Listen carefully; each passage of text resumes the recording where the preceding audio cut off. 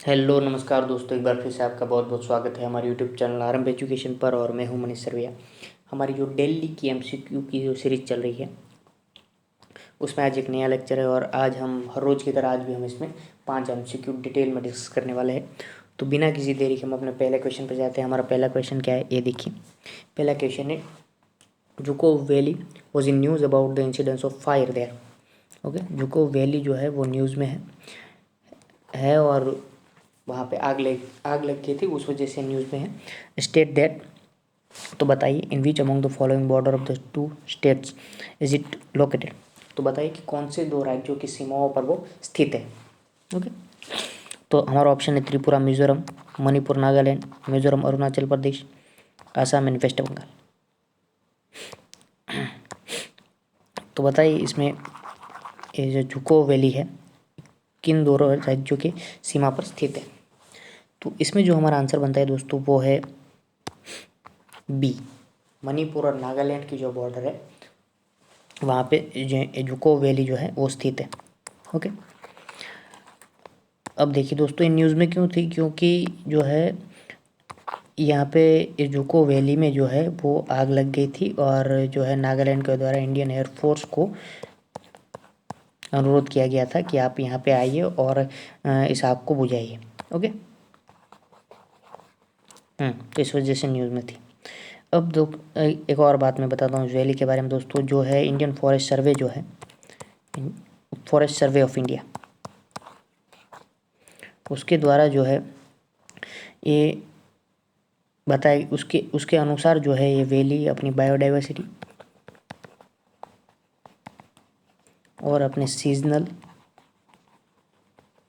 जो फ्लावर है उसके लिए ये प्रसिद्ध है, जानी जाती है। ओके, अब देखिए दोस्तों, यहाँ पे फॉरेस्ट सर्वे ऑफ इंडिया है तो उसके बारे में आपको बताऊँ तो उसको जो है वो 1981 में बनाया गया था और ये ministry of forest and climate change के अंडर आती है। ओके, ये जो संस्था है, और ministry of forest and climate change कौन है, भूपेंद्र यादव। ओके, ये इसके मिनिस्टर है।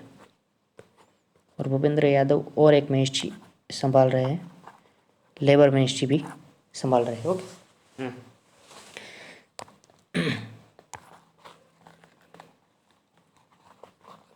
अब हमारा जो आंसर है दोस्तों वो है मणिपुर और नागालैंड। तो मणिपुर के बारे में मैं बताऊँ तो आपको, मणिपुर जो है उसका कैपिटल है इम्फाल।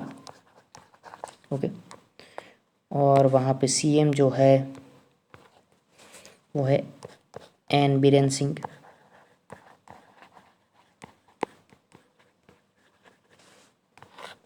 और वहाँ पे गवर्नर जो है वो ला गणेशन। ओके, और यहाँ पे एक बहुत फेमस नेशनल पार्क है जो फ्लोटिंग नेशनल पार्क है दोस्तों, फ्लोटिंग नेशनल पार्क है। और वो लोकतक रिवर के ऊपर है। ओके,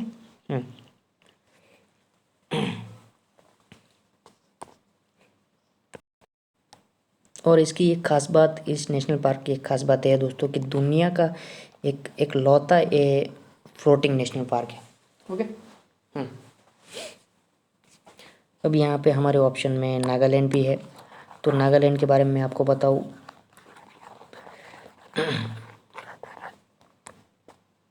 देखिए नागालैंड जो है इसकी कैपिटल है कोहिमा। वहाँ पे गवर्नर है वो जगदीश मुखी। ओके, नेफ्यू रियो वहाँ पे है सीएम। ओके,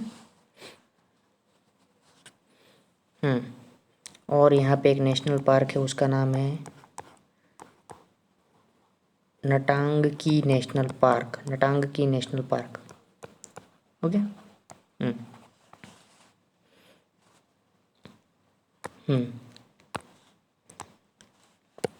ओके, एक और बात याद है मुझे आ रही है दोस्तों, बता दूं आपको, ये जो है वो 16वां स्टेट था और उसको 1963 में आसाम से निकाल कर इसको बनाया गया था। ओके।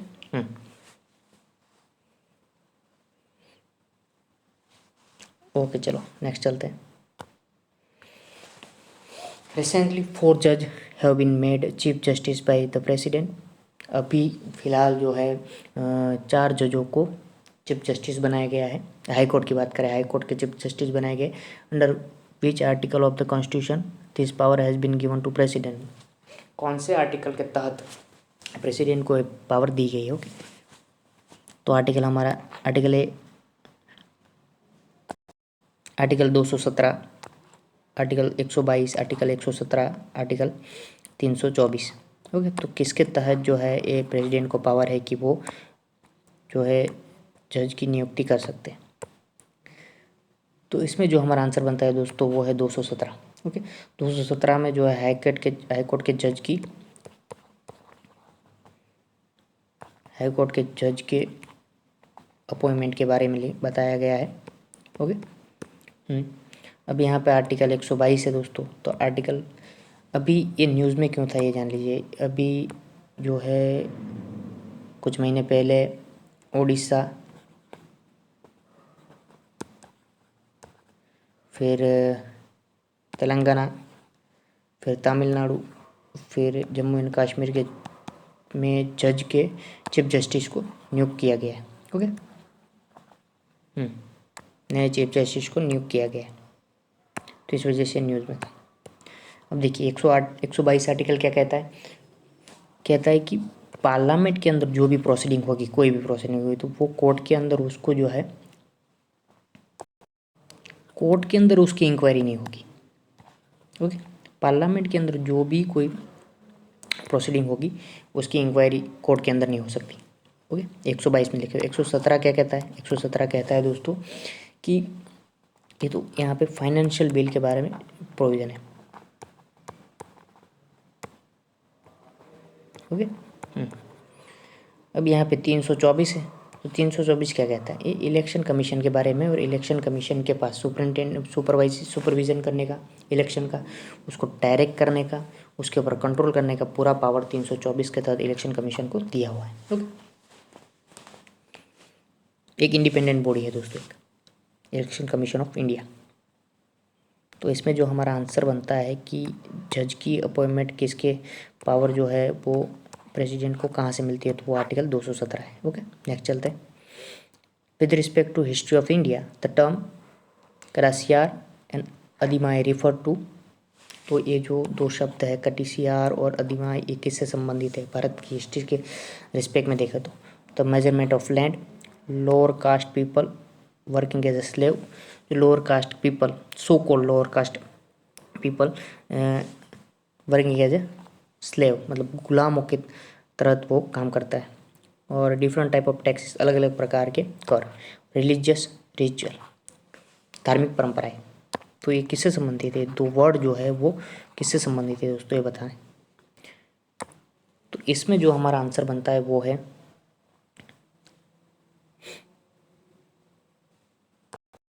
बी आंसर बनता है दोस्तों। स्लेव जो थे, गुलाम जो थे, उसके लिए इन शब्दों का इस्तेमाल किया जाता है। ओके, कडासियार और अधिमाई। अब ये जो है साउथ इंडिया के अंदर इस शब्दों का प्रचलन था दोस्तों हिस्ट्री में। जैसे वहाँ पे जो लैंड ओनर होता था, जमींदार जो होता था, उसको कहा जाता था वेलालर। ओके, फिर वहाँ पे जो सामान्य रूप से जो वहाँ पे हल जोता करते थे, प्लोमैन। ओके, उसको कहते थे उजहावार। ओके, फिर लैंड ओनर होता था उसको कहते थे वेलालर, और जो हल जोतने वाले आदमी को कहते थे उजहावर। एक बार मैं वो क्लीन तरीके से आपको लिख देता हूँ, अच्छे से लिखता हूँ।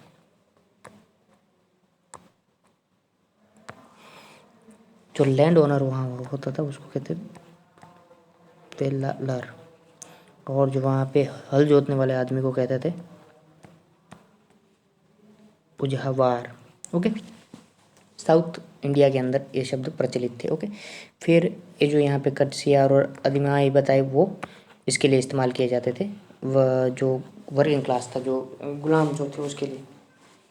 ओके, नेक्स्ट चलते। Consider the following statement in context of the Himalaya. Himalaya के बारे में स्टेटमेंट जो है उसके ऊपर विचार करें। They are of a tectonic origin, उसका जो ओरिजिन है वो टेक्टोनिक तरीके से हुआ है, मतलब जो अर्थ की परतें जो है उससे संबंधित जो क्रियाएं होती है दोस्तों उसको टेक्टोनिक, उसमें जो क्रियाएं होती है, मान लीजिए कि ये अर्थ की जो प्लेट होती है उसमें जो प्रक्रियाएं होती है उसको टेक्टोनिक प्रोसेस कहते हैं। ओके, उसको टकराना, उसका मूव करना। अब देखिए, तो हिमालय का ओरिजिन भी ऐसे हुआ है, ये कहना चाहता है। फिर there are the world youngest folded mountain, folded mountain है दुनिया के सबसे youngest. There is no volcanic activity in Himalayan origin, तो हिमालय के अंदर कोई भी जो है वोल्केनिक एक्टिविटी नहीं होती है, मतलब ज्वालामुखी वहाँ पे नहीं फटते हैं। Okay, which of the statement given above are correct, कौन सा जो सही है नीचे, 1 2 3, 1 and 2 only, 2 and 3 only, 1 and 3 only. Okay, तो इसमें कौन सा सही है बताइए। इसमें जो आंसर दोस्तों हमारा बनता है, देखिए ये टेक्टोनिक ओरिजिन से हुआ है, ये भी बात सही है। टेक्टोनिक ओरिजिन मतलब कॉन्टिनेंट कॉन्टिनेंट कॉन्टिनेंट कॉन्टिनेंट जो प्लेट है उसके टकराने से ये हिमालय जो है वो बना। जैसे एक इंडियन प्लेट थी, एक यूरेशियन प्लेट थी। ओके, यूरेशियन प्लेट यहाँ से इंडियन प्लेट मूव करते करते यूरेशियन प्लेट जो है, जहाँ तिब्बत वाला जो भाग है वहाँ पे वो प्लेट यहाँ से जाकर जब इंडियन प्लेट वहाँ से टकराई, और वहाँ से टकराने से मान लीजिए कि दो प्लेट है। ओके, और यहाँ से टकराने पर जो ये उसका उभार आता है उसको फोल्डेड माउंटेन कहा जाता है दोस्तों। तो ऐसे हिमालय का भी जो है ओरिजिन ऐसे हुआ है कि दो प्लेटें टकराई, एक ये यूरेशियन प्लेट और इंडियन प्लेट, और उसके बीच में जो ये माउंटेन ऊपर आया जो उसे कहते हैं फोल्डेड माउंटेन। ओके, तो ऐसे ही ये बना है। अब एक और बात आप कि ये दूसरा भी सही है कि ये दुनिया का सबसे यंगेस्ट फोल्डेड माउंटेन है, और आज भी इसकी हाइट जो है वो बढ़ रही है। तो आज भी ये जो है प्रोसेस चल रहा है प्लेटों का टकराना। ओके, यूरेशियन प्लेट और इंडियन प्लेट का। और ये तीसरा जो ऑप्शन है कि यहाँ पे कोई वोल्केनिक एक्टिविटी नहीं होती है, ये भी हमारा सही है कि यहाँ पे कोई भी प्रकार की वोल्केनिक एक्टिविटी जो नहीं होती। तो हमारा आंसर जो है इसमें 1 2 and 3 तीनों के तीनों जो आंसर है हमारे सही है। ओके, अब एक और बात जान लीजिए दोस्तों, ये मान लीजिए कि हिमालय आपने, ये पूरा हिमालय है यहाँ से,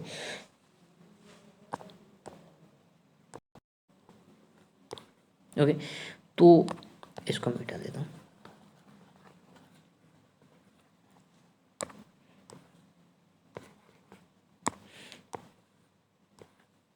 पूरा मान लीजिए कि हिमालय है। ओके, तो इसका जो वेस्टर्न पश्चिमी जो भाग है और इसका पूर्वी जो भाग है, तो इसकी हाइट जो एल्टीट्यूड जो है, सबसे हाइट जो सबकी बड़ी है वो है ईस्टर्न वाला जो हिमालयन है, वहाँ पे हाइट ज़्यादा है कंपेयर टू वेस्टर्न के।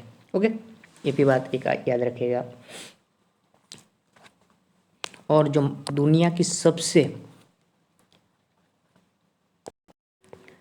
सबसे highest mountain range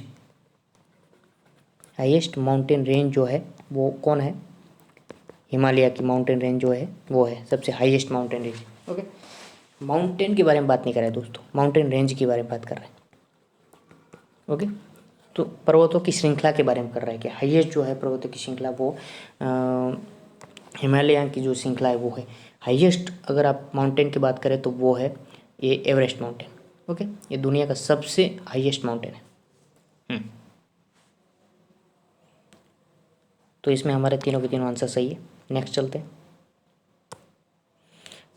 which of the following types of bill need to prior recommendation of the president before the introduce in the parliament. कौन से निम्न में से कौन से ऐसे बिल है जिसको पार्लियामेंट में इंट्रोड्यूस करने से पहले प्रेसिडेंट की रिकमेंडेशन लेनी ज़रूरी है। ओके, तो उसमें money bill, constitutional amendment bill, alternation of the boundary state of the state, select the correct answer using the code given below. तो कौन सा जो है बिल है उसमें प्रेसिडेंट की प्रियर रिकमेंडेशन की ज़रूरत होती है, उसकी परमिशन की ज़रूरत होती है। ओके, तो इसमें हमें ऑप्शन दिया है 1, 2 and 3, 2 and 3 only, 1 and 3 only, 2 only. तो इसमें आंसर जो है हमारा बनता है दोस्तों, देख लेते पहले। तो मनी बिल जो है वो आर्टिकल 110 में है। ओके, और इसके लिए जो है प्रियर रिकमेंडेशन की प्रियर परमिशन लेने की ज़रूरत पड़ती है, तो ये ऑप्शन हमारा सही है। ओके, और मनी बिल जो है वो केवल लोकसभा में इंट्रोड्यूस किया जा सकता है और केवल मिनिस्टर जो है वही उसको इंट्रोड्यूस कर सकता है। और अगर कोई विवाद हो गया कि ये मनी बिल है कि नहीं है, ओके, तो उसका फाइनल डिसीजन जो है वो लोकसभा का स्पीकर, यहाँ पे लोकसभा का स्पीकर क्यों रख रहा हूँ, इस वजह से लिख रहा हूँ क्योंकि राज्यसभा में इसको इंट्रोड्यूस नहीं किया जा सकता। ओके, तो लोकसभा का स्पीकर जो है वो उसका ही डिसीजन फाइनल होगा कि ये मनी बिल है कि नहीं है। ओके, हाँ, अगर यहाँ से पास हो जाने के बाद उसको जो है वो राज्यसभा में भेजा जाता है और राज्यसभा को उसको 14 दिन के अंदर वापस भेजना होता है।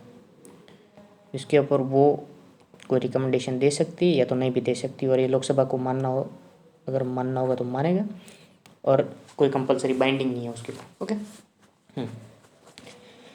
अब देखिए कॉन्स्टिट्यूशनल अमेंडमेंट बिल, तो 368 के तहत जो कॉन्स्टिट्यूशन अमेंडमेंट किया जाता है तो इसके लिए कोई प्रेसिडेंट की प्रियर परमिशन लेने की ज़रूरत नहीं होती। ओके, और ये कोई भी मेंबर है जो प्राइवेट मेंबर है या तो मिनिस्टर है, कैबिनेट मिनिस्टर या तो मिनिस्टर जो है वो कोई भी इसको कॉन्स्टिट्यूशन अमेंडमेंट बिल को प्रेजेंट कर सकता है। ओके, या ये लोकसभा या राज्यसभा में कहीं पर भी प्रेजेंट किया जा सकता है। ओके,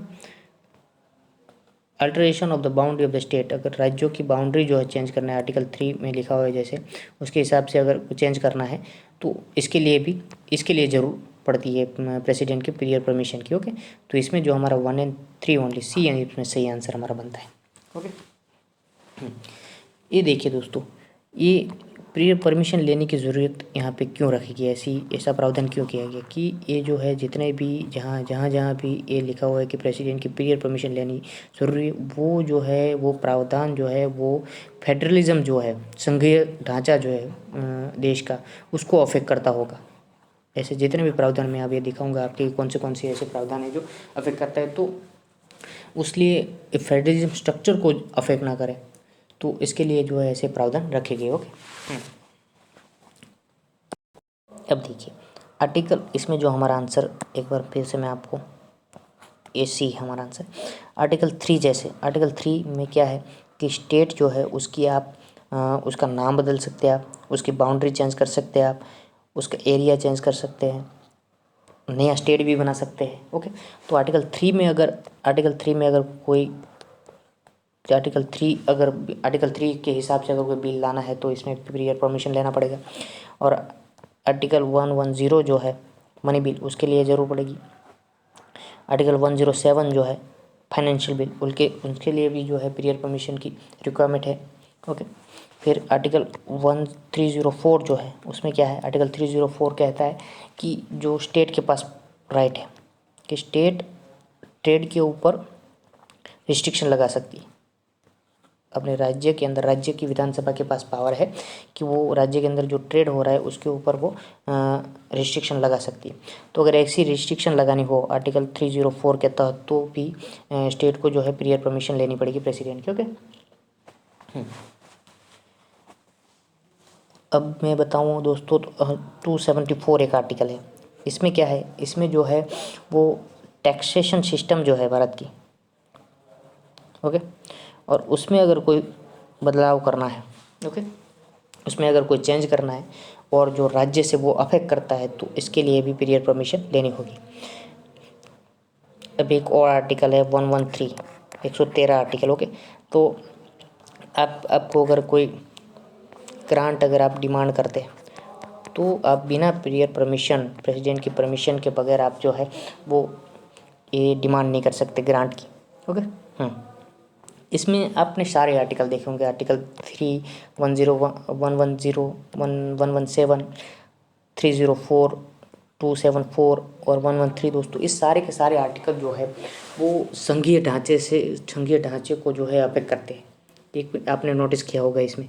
तो इस वजह से संघीय ढांचे को बरकरार रखने के लिए प्रेसिडेंट को ये पावर दी गई है और प्रेसिडेंट के पास इसकी परमिशन के लिए इसको भेजा जाता है। ओके, आर्टिकल 3 से राज्यों की सीमाओं के बारे में, राज्यों में कोई बदलाव करना है, उसकी एरिया में नया स्टेट बनाना है तो उसके बारे में, एक मनी बिल के 110 मनी बिल के बारे में, 117 जो है फाइनेंशियल बिल के बारे में, 304 जो है वो स्टेट के द्वारा कोई टैक्स जो ट्रेड है उसको रिस्ट्रिक्ट करना है उसके लिए, 274 जो है वो टैक्सेशन सिस्टम में अगर कोई चेंज करना है तो उसके लिए है, और 110 जो है वो ग्रांट आपको डिमांड करनी है तो उसके लिए। ओके, तो इसमें हमारा आंसर सी बनता है। तो आज के इस लेक्चर में इतना ही रखते दोस्तों, और नए नए मैं क्वेश्चन आपके लिए लाता रहूँगा। आज के लिए इतना ही, थैंक यू।